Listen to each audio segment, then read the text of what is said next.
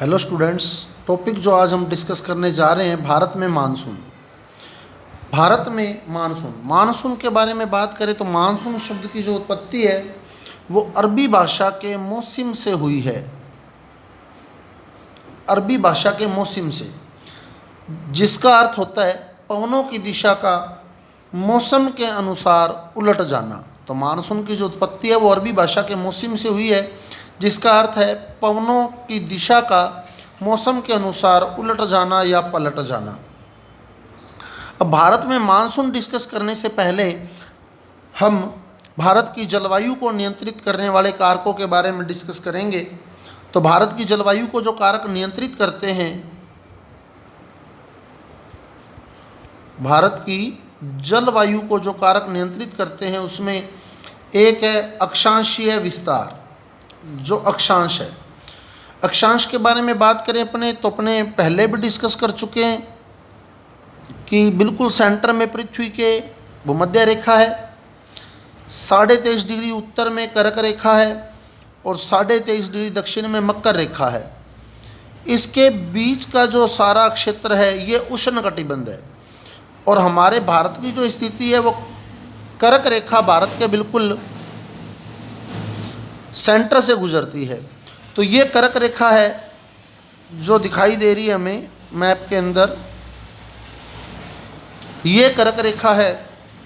तो इसका जो नीचे वाला भाग है, ये वाला क्षेत्र, ये सारा उष्णकटिबंध है।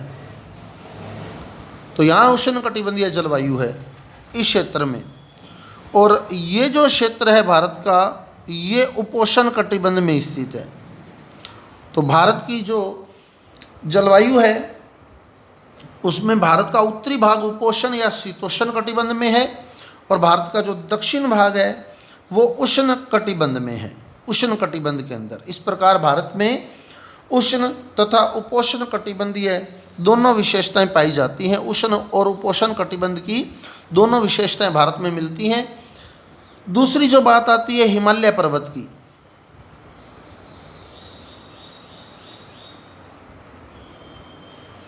हिमालय पर्वत कैसे रोल प्ले करता है इंडिया के अंदर, उसको हम अगर क्लियर करें तो हिमालय की जो स्थिति है वो ये स्थिति है हिमालय की। इस क्षेत्र में हिमालय है अपना इंडिया के अंदर, वैसे तो म्यांमार में भी जाती है हिमालय की पहाड़ियाँ।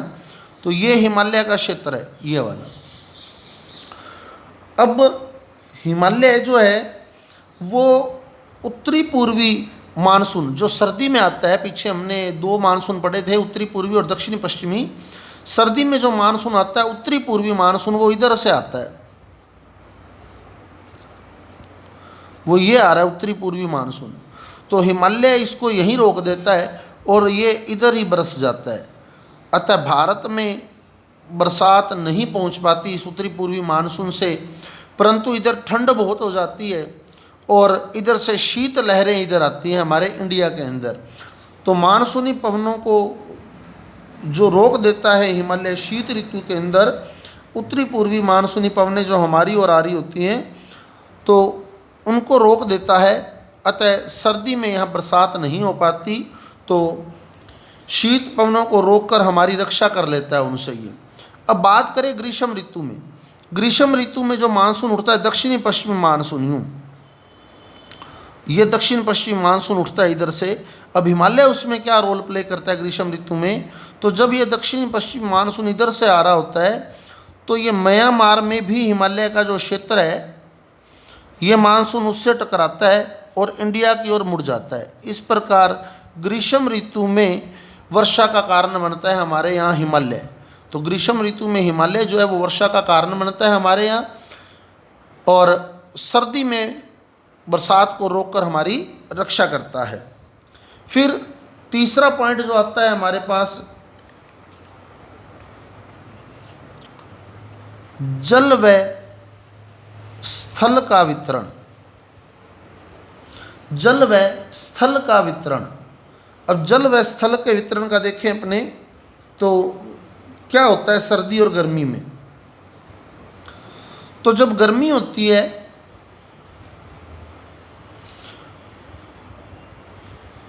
गर्मी में, ग्रीष्म ऋतु में क्या होता है स्थल जो होता है वो जल्दी गर्म हो जाता है,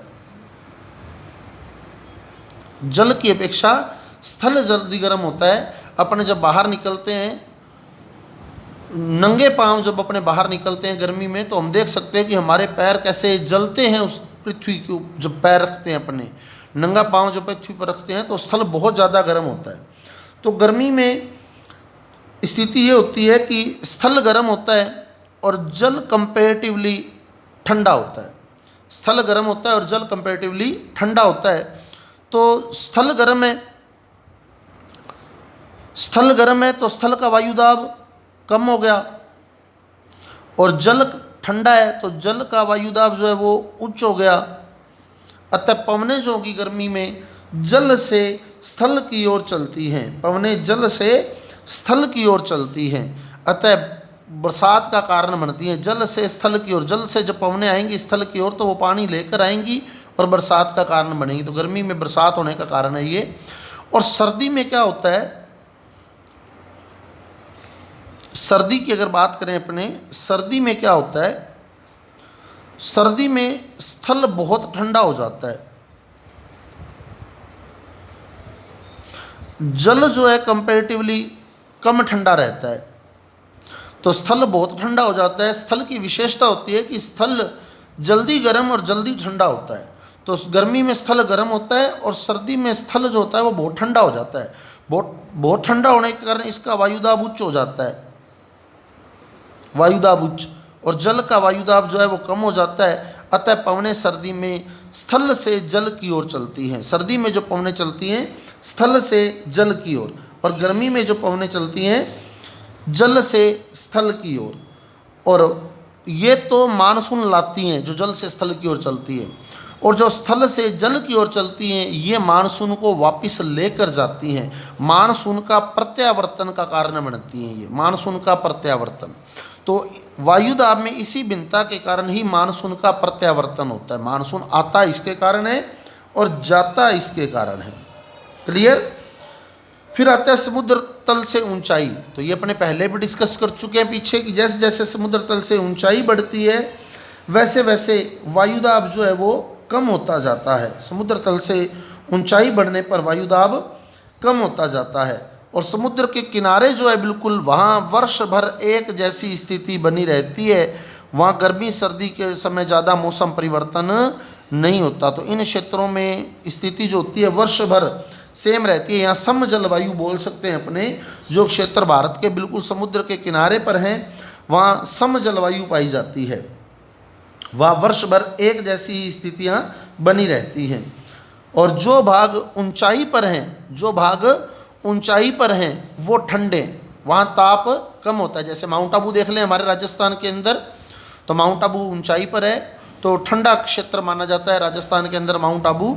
और जो भाग मैदानी क्षेत्रों में है वहाँ ताप जो होता है वो उच्च होता है। तो जो समुद्र के किनारे भारत के वहाँ सम जलवायु है, जो ऊंचाई पर हैं वहाँ ठंडी जलवायु है, और जो मैदानी भाग हैं वहाँ गर्म जलवायु है। फिर एक पॉइंट आता है, तो चौथा पॉइंट अपना बना समुद्र तल से ऊंचाई, समुद्र तल से ऊंचाई। और एक पॉइंट बनता है उच्चावच। उच्चावच, उच्चावच क्या है देखें अपने,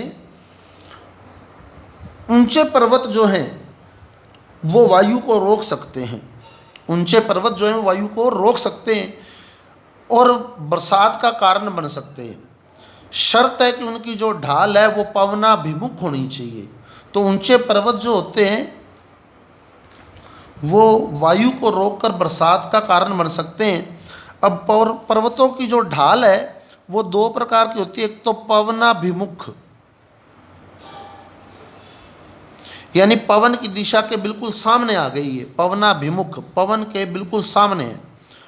और एक पवनाविमुख, यानी पवन को रोक नहीं पा रहे हैं, इनका जो मुख है वो पवन को रोकने वाला नहीं है। एक तो है पवन के बिल्कुल सामने आके खड़े हो गए। जैसे अब क्लियर करें अपने, यहाँ हमारे इस क्षेत्र के अंदर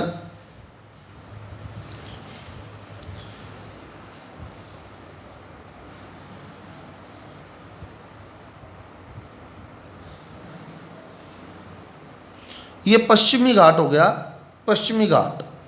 तो यहाँ से जो पवनें उठी हैं, तो ये जो पर्वत है ये पवनाभिमुख है, यानी ये यहाँ पवनों को रोक लेता है और वो यहाँ बरसात करने लग जाती हैं पवनें। और भारत में जो पहली बरसात होती है वो केरल तट पर ही होती है। ये केरल तट हो गया। तो इसकी ढाल, पश्चिमी घाट की जो ढाल है वो पवनाभिमुख होने के कारण पहली बरसात केरल में होती है।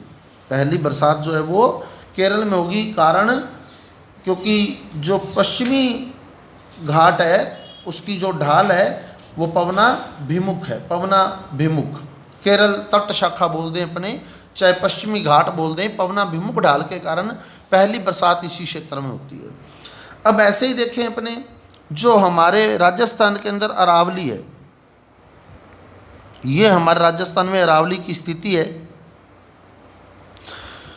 अब अरब सागर से जो शाखा उठती है, ये अरब सागर से, अरब सागर हो गया ये, अरब सागर से जो मानसूनी पवनें आ रही हैं, अरावली उनको रोक नहीं पाती, वो अरावली के बिल्कुल समांतर हैं। अतः अरावली की जो स्थिति है अरब सागर के संदर्भ में, अरब सागर से जो मानसूनी पवनें उठी हैं उनके अगर संदर्भ में देखें तो पवनाभिमुख है। इसलिए अरावली पर्वतमाला जो है वो अरब सागर से उठने वाली मानसूनी पवनों को रोक नहीं पाती। अतः अरब सागर से उठने वाली मानसूनी पवनें हमारे राजस्थान में वर्षा नहीं कर पाती। क्लियर। और वहीं दूसरी ओर देखें तो हमने बात की थी कि इधर से उठा, ये पवनें उठी इधर से, इधर से उठने के बाद ये अराकन की पहाड़ियों से टकराई और इधर मुड़ गई। अब ये इधर मुड़कर जब इस साइड आ रही हैं तो अब अरावली इनको रोक लेती है। इस साइड अरावली इनको रोक लेती है। तो अरावली बंगाल की खाड़ी से उठने वाले मानसून के तो पवनाभिमुख है, तो उनको तो रोक लेती है। तो इस साइड तो बरसात होती है अपने, लेकिन जो अरब सागर से मानसूनी पवनें उठी हैं अरावली उनके पवनाभिमुख है, तो ये इन पवनों को रोक नहीं पाती। तो ये पवनें जो होती हैं वो आगे निकल जाती हैं। यही कारण है कि पूर्वी राजस्थान में ज़्यादा बरसात होती है और पश्चिमी राजस्थान जो है वो सूखा रह जाता है। पश्चिमी राजस्थान में जो अरावली की स्थिति है वो पवनाभिमुख है, इसलिए अरावली को पश्चिमी राजस्थान का वृष्टि छाया प्रदेश भी कहते हैं। यानी अरावली की यहाँ ऐसी छाया पड़ी है कि यहाँ बरसात नहीं हो पाई है। पश्चिमी राजस्थान जो है वो वृष्टि छाया प्रदेश है अरावली का। पवनाभिमुख होने के कारण ये पवनें इधर बरसात नहीं कर पाई और बंगाल की खाड़ी के जो मानसून उठा अरावली वहाँ पवनाभिमुख थी तो वो बरसात कर पाई। क्लियर। ऐसे ही यहाँ देखें अपने जो स्थिति है असम के पर्वतों की साइड, यहाँ तो ये पवनें जब उठती है बंगाल की खाड़ी वाली तो ये इनको रोक लेती है। यूं इस साइड से उठी जब ये असम के पर्वत हैं तो ये तुरंत पानी से भरी होती हैं। यहाँ दो शाखाएं बंटती हैं, वो आगे डिस्कस करेंगे अपने। यहाँ दो शाखाएं बंटती हैं, एक तो गंगा के तट के साथ साथ चलती है शाखा और एक ब्रह्मपुत्र घाटी के साथ साथ चलती है शाखा। तो ये जो असम में जो पर्वत है, हिमालय क्षेत्र है, वहाँ वो पवनाभिमुख है। पवनाभिमुख होने के कारण वो पवनों को रोक लेता है और यहाँ पूरी बरसात होती है। पूरी बरसात यहाँ होती है क्योंकि ये पवनें जो है पूरी तरह जल से भरी हुई हैं, तो यहाँ बहुत ज़्यादा बरसात करती हैं। तो मासिन राम और चेरापूंजी को जो क्षेत्र है वो इसी एरिए में है, तो यहाँ सर्वाधिक वर्षा होती है भारत के अंदर। क्लियर। अब बात करें, एक बार वापस रिपीट कर दें, अक्षांश तो कर्क रेखा भारत के सेंटर से गुजरी, तो कर्क रेखा के नीचे वाला उष्ण और ऊपर वाला उपोष्ण। तो जलवायु बात कर रहे हैं अपने जलवायु की, तो आधा भाग उष्ण आधा भाग उपोष्ण या शीतोष्ण। दूसरा आया हिमालय पर्वत, तो हिमालय पर्वत सर्दी में पवनों को उसी साइड रोक देता है, तो हमारे इंडिया में वो पवनें नहीं आ पाती, अतः हम ठंड से बच जाते हैं। तीसरा आता है जल व स्थल। स्थल जो है वो जल्दी गर्म होता है और जल्दी ठंडा होता है। गर्मी में स्थल गर्म हो जाएगा, जल ठंडा रहेगा, अतः जल का वायुदाब उच्च रहेगा, स्थल का वायुदाब कम रहेगा, तो पवनें जल से स्थल की ओर चलेंगी, बरसात का कारण बनेंगी। सर्दी में स्थल ठंडा हो जाएगा और जल जो होगा कंपेरेटिवली कम ठंडा होगा। जो ज़्यादा ठंडा है उसका वायुदाब उच्च हो जाएगा, जो कम ठंडा है उसका वायुदाब कम हो जाएगा। तो पवनें जो होती हैं स्थल से जल की ओर चलती हैं, मानसून का प्रत्यावर्तन का कारण बनती हैं ये। फिर आया समुद्र तल से ऊंचाई, तो जैसे जैसे समुद्र तल से ऊंचाई बढ़ती है वैसे वैसे ताप कम होता जाता है। तो ऊंचे भाग जो होते हैं वो शीत जलवायु से रिलेटेड हैं, और मैदानी भाग जो है वो उष्ण जलवायु से रिलेटेड है। गर्म जलवायु होती है मैदानी भागों की, ताप उच्च होता है मैदानी भागों में। और जो समुद्र तट के बिल्कुल किनारे पर हैं वहाँ सम जलवायु होती है, वर्ष भर तापमान एक समान बना रहता है। अब बात आती है उच्चावच की। उच्चावच यानी ऊंचे पर्वत। तो ऊंचे पर्वत जो हैं उनकी दो तरह की स्थिति, एक पवनाभिमुख और एक पवनाभिमुख। पवनाभिमुख जो है वो पवनों के मार्ग में नहीं आता, अतः वहाँ पवनें जो हैं वो बरसात नहीं कर पाती, मानसूनी पवनें वहाँ बरसात नहीं कर पाती। और पवनाभिमुख जो होते हैं वो मानसूनी पवनों को रोककर बरसात का कारण बनते हैं। क्लियर। तो पर्वतों की ढाल दो प्रकार की हो सकती है, पवनाभिमुख और पवनाभिमुख। पवनाभिमुख है तो बरसात करेंगी, पवनाभिमुख है तो बरसात नहीं करेंगी। अरावली दी बेस्ट एग्जाम्पल है। अरब सागर वाले के ये पवनाभिमुख है तो बरसात नहीं हो पाती, बंगाल की खाड़ी के पवनाभिमुख है तो बरसात होती है। अतः पूर्वी राजस्थान वाला जो क्षेत्र है वो बरसात करता है, बरसात प्राप्त करता है, पश्चिमी राजस्थान वाला क्षेत्र बरसात प्राप्त नहीं करता है। तो ये जलवायु के बारे में डिस्कस किया है हमने। नेक्स्ट टॉपिक जो हम डिस्कस करेंगे वो मानसून, पूरा क्लियर करेंगे हम कि कैसे भारत में मानसून आता है और कहाँ कहाँ बरसात होती है।